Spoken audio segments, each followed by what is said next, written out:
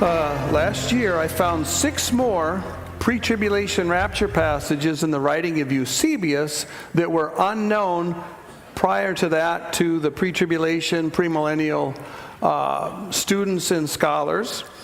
Now, if you don't know who Eusebius was, he was a church father in the 4th century. He was a well-known scholar. He was amillennial, and he followed the allegorical method. We're going to examine 2 of his passages that we did not look at last year. And Eusebius is very unique because he's another classic example that there were early church fathers that were amillennial and pre-tribulational. And I just want to put in a plug for this. If any of you guys out there are working on a PhD or thinking of going on a PhD project, consider taking up the fact that there were early church fathers that were amillennial and pre-tribulational.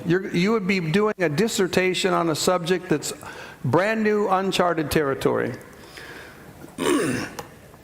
So let's start with the Eusebius passage, which is found in his fragments on Luke 18, verses 1 through 8. And there we read, "The saying, 'When the Son of Man comes, shall he find faith on earth?' reveals a lapse of faith when no faithful man shall be found, or perhaps somewhere a few scarce ones in the time of his second coming. For the world shall meet with the great test in the season of apostasy, in which the faithful man will scarcely be found.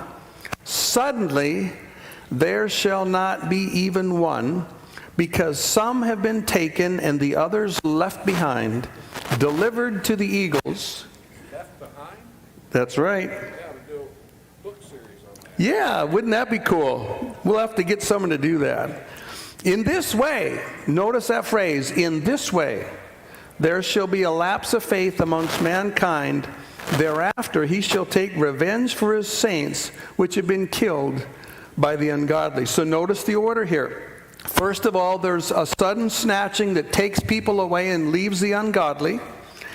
And this is what causes the great lapse of faith on earth. All the ungodly, or the godly are taken, and only the ungodly are left, and that just leads to an insane degree of apostasy. We have another Eusebius passage in the general elementary introduction on point 31. Very fascinating understanding here.